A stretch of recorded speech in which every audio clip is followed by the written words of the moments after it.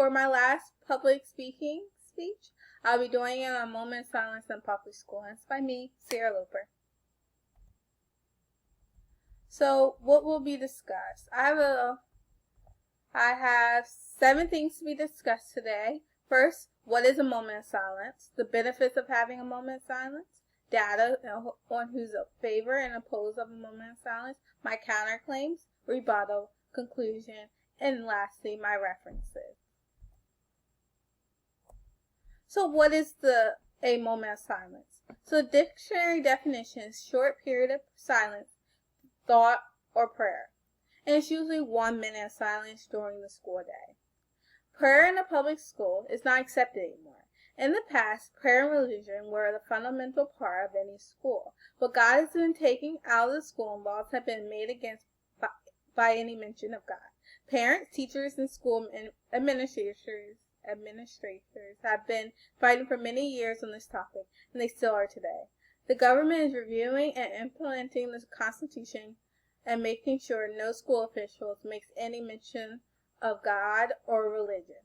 School officials want schools to be a safe environment for any type of student, regardless of race, gender, or religion. Some cases include the Equal Access Right Act that states that everyone needs to be equal, no matter race, gender, or religion. Another one includes No Child Left Behind Act that prevents any child feeling uncomfortable in school because of their religion, race, or gender. So the benefits of having a moment of silence, and I have 3 here. So the first one is the moment of silence is the alternate to school prayer. So implementing a moment of silence in school across the country will increase the morals, ethics, and values in students' lives. This is from axnoa.org.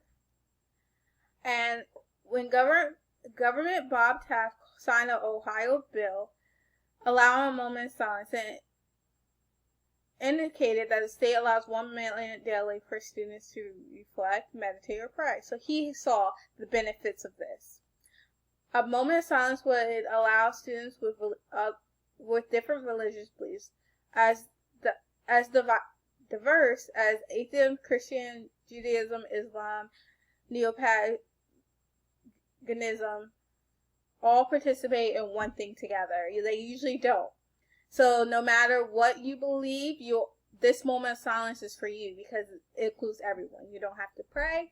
You don't have to do anything. You just got to stand there quietly. So if you're atheist or you don't want to believe in nothing, it's good for you because you don't have to. You're there just standing. Or you're thinking about your day, or you're thinking when I get home, what am I going to eat for dinner? So another one, students can take a moment to reflect their day ahead, prayer, stand there quietly. Like I said, it gives the opportunity for children who would like to pray, an opportunity to pray. Students will realize and appreciate their rights and freedoms that they're guaranteed as citizens of the United States. You would be surprised with how many kids take this moment to think about everything. When you say that pledge of allegiance, you are so grateful for them. Ultimately, the moment of silence is a way to bring a healthy discipline and peace of mind to students in the public schools so they can say, how am I going to be a better student today? How am I going to improve my grade? What am I going to get on this test? What do I need to study for next time? Things like that. Lastly, self-reflection is important for human development, and adolescence is a time for new discoveries. So I have a few quotes here. First one says, we can empower our children with nothing. A moment of silence at the beginning of the day that will give context and meaning to the hours that follow. So this moment will give our children that I know we say, it takes a village. So our children a time to just think about the meaning of life. Another quote is, a moment at the beginning of the day that could give context and meaning to the days that follow. During this moment, the children could reflect on the meaning on the why of their learning, rather than just the how they learn. This is from w.religiousTolerance.org. John Dewey, a renowned educator reformer claimed that experience alone were not enough. What's crucial is ability to perceive and think about things. Wow, that's saying a lot. Tuning out the noisy world helps young people develop the ability to reflect and grow. So this is what all our young people are doing. They're texting, they're on social media, but having that moment, we'll throw this phone away. We'll have that moment where they can just think about themselves and hope for the best. So some stats for a moment of silence. 76% of Americans favor a constitutional amendment allowing voluntary prayer in a public school. Just 23% oppose the amendment to allow voluntary support say spoken prayer. So this is all saying a lot about what our Americans need and want. 69% favor a moment of silence for contemplation or silent prayer. Just 11% say religion already has too much preference. 27 says it has the right amount, and majority of Americans, 60% believe it has too little preference. And this is from Gallup.org. It's a poll website, and it was conducted in August 8 through 11. So really, like, our Americans say religion's not in our schools. We want it in our schools. We want our kids to know about it. We want them to compare and see what they believe. A lot of times our school districts are teaching about evolution, but why aren't you teaching about the other side? Let the kids decide what they want to believe. Not give them what they need to know. Let them perceive what they want. You know, what's the issue with that? So, my counterclaim. Atheist Rob Sherman and his daughter Dawn were atheists. So, they felt like it was violating their First Amendment right. The First Amendment right says that you can't put one religion over the other. So, they're atheists, so they don't want to believe in anything. But again, a moment of silence is not breaking this.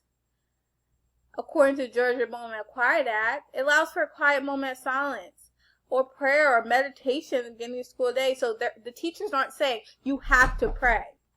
The teachers are saying if you want to pray, pray. If you want to meditate, meditate. If you want to sing a song in your head, baby, you can. It all depends on what you want and what you want that moment to be. My next counterclaim is it takes taxpayers' money. So you're like, how does that moment of silence take taxpayers' money, right? They say that it mandates a green light to introduce prayers, causing more legal challenges. So as people are making complaints, they are going to have to cash out money, and this will affect taxpayers. But again, we saw the stats. They want more moment of silence. Also, the Brown-Gwinnett County School District says the law is constitutional, finding that the law it's clear that secular doesn't enhance or inhibit religion and doesn't create an excess government entanglement with religion. So nobody's saying that this is what you gotta do. This is not attached to religion. It's attached to the student's mind and what they want to do. So conclusion, you see a blank space there. Because students are our future. I believe a moment of silence is the only way to build a strong mind and body for students.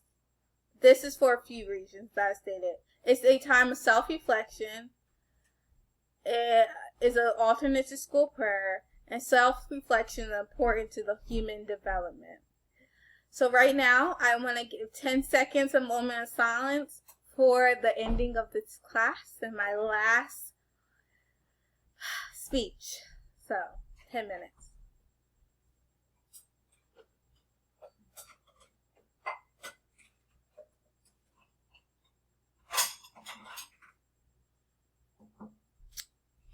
Alright, thank you so much. Here are my references, and I hope you all enjoyed, and thank you so much for this semester.